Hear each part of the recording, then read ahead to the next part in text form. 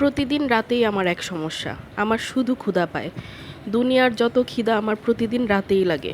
প্রতিদিন কিছু না কিছু আমাকে করে খেতেই হবে। চলেন দেখে আসি আজকে আমি কি খেলাম।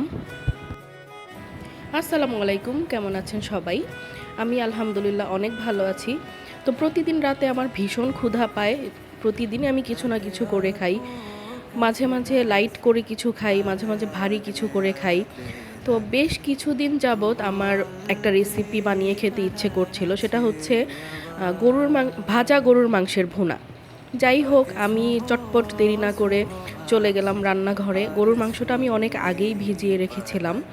এই রেসিপিটি মূলত অনেক বছর আগের একটা রেসিপি। যখন ফ্রিজ ছিল না, বাংলাদেশে যখন ফ্রিজ ছিল না, তখন মানুষ কোরবানির অনেকটা করে মাংস হতো, সেগুলো সংরক্ষণ করত। প্রথমে হলুদ দিয়ে ভাজতো, প্রতিদিনই মোটামুটি ভাজতো। ভাজতে ভাজতে যে সুন্দর একটা স্মেল আসতো, সেই স্মেলটা আমার এখনও নাকে লেগে আছে। যাই হোক, ওরকম তো আর হয় না, প্রতিদিন ভাজলে মাংসের থেকে একটা দারুণ গন্ধ বের হয়। আমি আজকে মোটামুটি অল্প কিছুক্ষণই ভেজেছিলাম, ওই স্মেলটা আর পাই। কথায় বলে না, দুধের স্বাদ ঘোলে মেটানোর চেষ্টা, আমার অবস্থাও তাই। দুধের স্বাদ ঘোলে মিটালাম আর কি।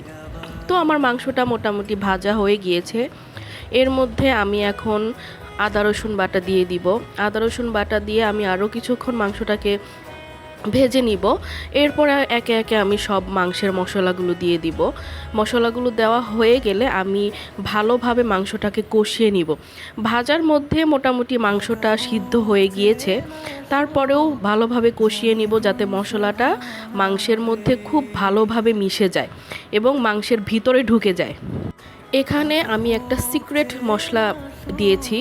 এটা ভিডিওর শেষে আমি বলবো যে আমি সিক্রেট কি মশলাটা দিয়েছি, যেই মশলাটার কারণে মাংসের স্বাদ আরও দ্বিগুণ বেড়ে যায়।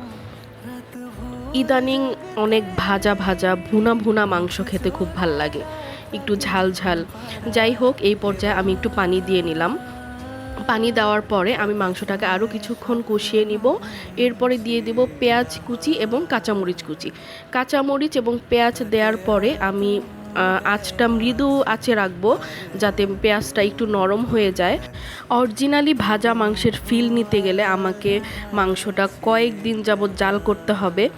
ভাজতে ভাজতে যখন ওই স্মেলটা পাবো, তখন খেয়ে আসলে মাংসের অনেক বেশি স্বাদ। যাই হোক, আমাদের এলাকাতে এই রেসিপিটা অনেকেই খায়, অনেকেই ফলো করে। আরও একটি রেসিপি আছে, সেটা হচ্ছে গরুর মাংসের শুটকি।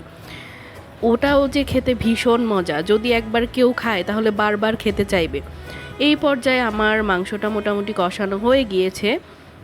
এখন আমি মাংসে সামান্য পরিমাণ পানি অ্যাড করে নিব যাতে আরও কিছুক্ষণ আমি রান্না করতে পারি। আর একটু সফট হবে মাংসটা, সফট হলে খেতে ভালো লাগবে। আমি সফট মাংস একদমই খেতে পছন্দ করি না, আমার শক্ত টাইপ মাংসটা খুব বেশি ভালো লাগে। কিন্তু আমার বর আবার ওই যে আছে না কিছু কিছু বৃদ্ধ মানুষ যাদের দাঁত নাই, তারা যেইভাবে মাংসটা খেতে পছন্দ করে, আমার বড় ঠিক ওইভাবেই মাংসটা খেতে পছন্দ করে।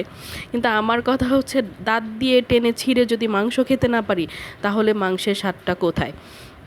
যাই হোক, আমি বলেছিলাম ভিডিওর শেষে আমি বলবো কি একটা সিক্রেট মশলা ইউজ করেছিলাম।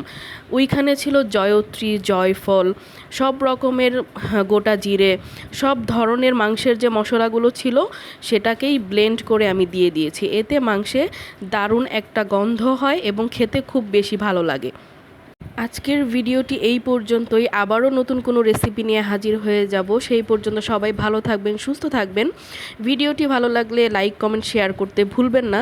আর হ্যাঁ, পেজে অবশ্যই একটা ফলো করে দিবেন। কে কোথা থেকে ভিডিওটি দেখছেন তা কমেন্ট করে জানাতে ভুলবেন না। আল্লাহ হাফেজ।